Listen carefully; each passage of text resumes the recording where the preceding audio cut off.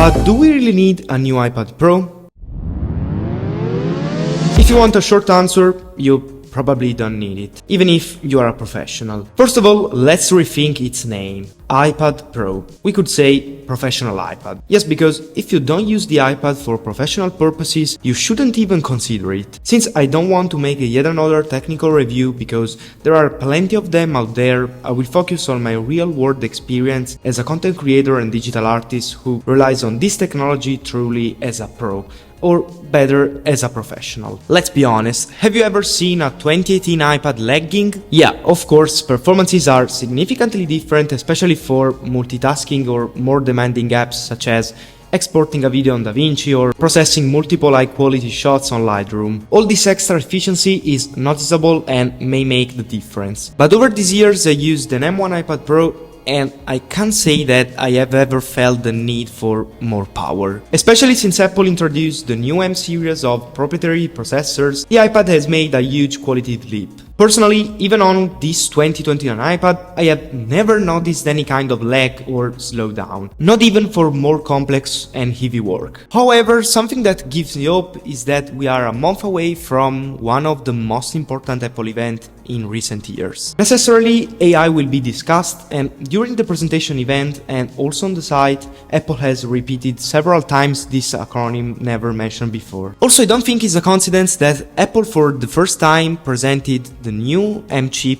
on the iPad instead of a Mac. The first thing you will notice after unboxing this iPad is its incredible panel.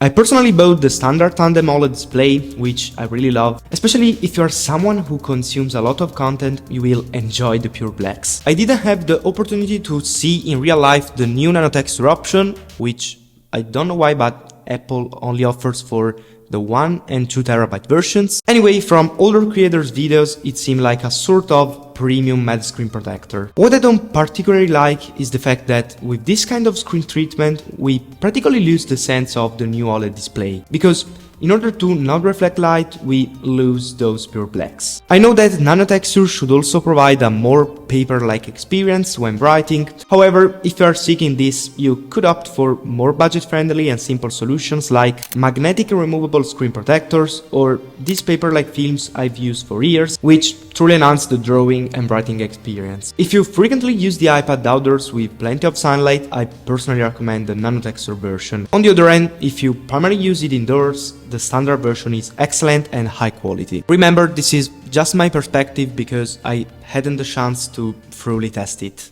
Thin Possible. This is how Apple showcased the new iPad Pro, which is effectively the thinnest product they have ever made. The best iPhones we've ever done. The best iPhone that we have ever created. This glass is the most durable ever in a smartphone. It is the most advanced iPhone we've ever created. Jokes aside, it's actually fun to see that now the Pro iPad is thinner than the Air. To be honest, thickness isn't as important as the fact that this iPad is lighter than the previous one. My first reaction when I unboxed it, especially coming from a 13-inch iPad, was, have I bought an iPad mini? For a device that you usually use on the go or hold in your hands, this is indeed a good upgrade. I also really like this new design change on the back camera system, which makes this lineup a bit different. When discussing design and portability, I would like also to mention the sponsor of this video, that is this iPad stand from KUXIU. This is the perfect product if you use the iPad alongside your monitor in your desk setup or as a kind of control center for everything in your house. For example, I control all my studio lights directly from the iPad,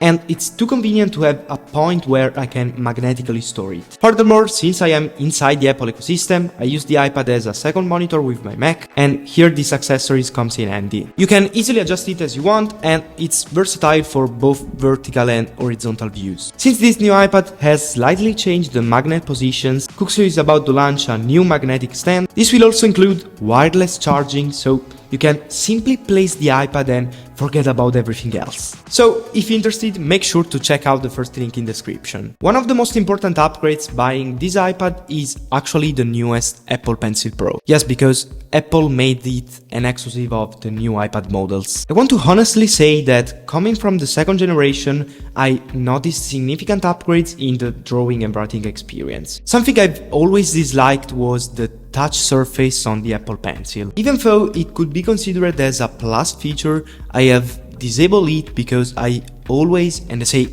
always, accidentally press the touch surface on the Apple Pencil when I didn't mean to. Finally, with the new squeeze feature, in order to show the contextual menu, you have to press the pencil a lot. This avoids any kind of accidental touch, and trust me, this is a game changer. Also, the new haptic feedback could be amazing, and I say it could because at the moment I can only experience it when I squeeze the pen. Probably it's only a matter of time and more developers will include it. I really hope so, because I imagine the use of this feedback to simulate, for example, a more realistic drawing experience with certain brushes, or to give instant feedback to the user. I hope that this feature will be considered more, because at the moment it's quite useless and there's a lot of potential. The barrel roll feature is something I appreciate too. I don't personally find it a game-changing feature because, again, developers still have to properly integrate it. The last detail I discovered, which amazed me,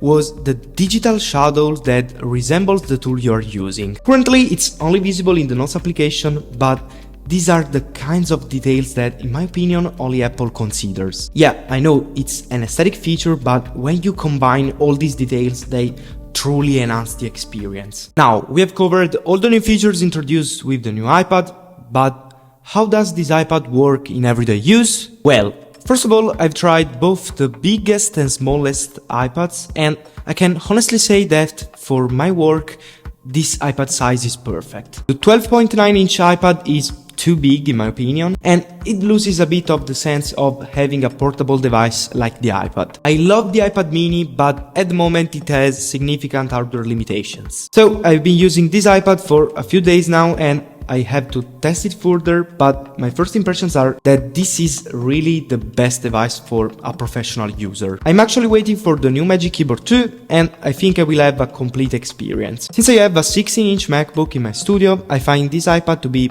the perfect companion to keep with me when I'm outside. So, in order to answer the opening question of this video, but do we really need a new iPad Pro? I would say it depends. Let me explain.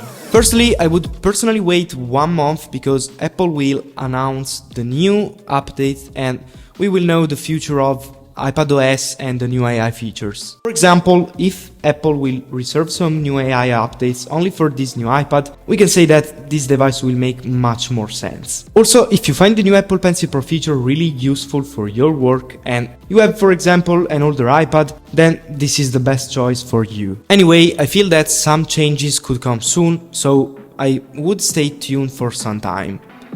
And as always, wishing you the best. See you soon.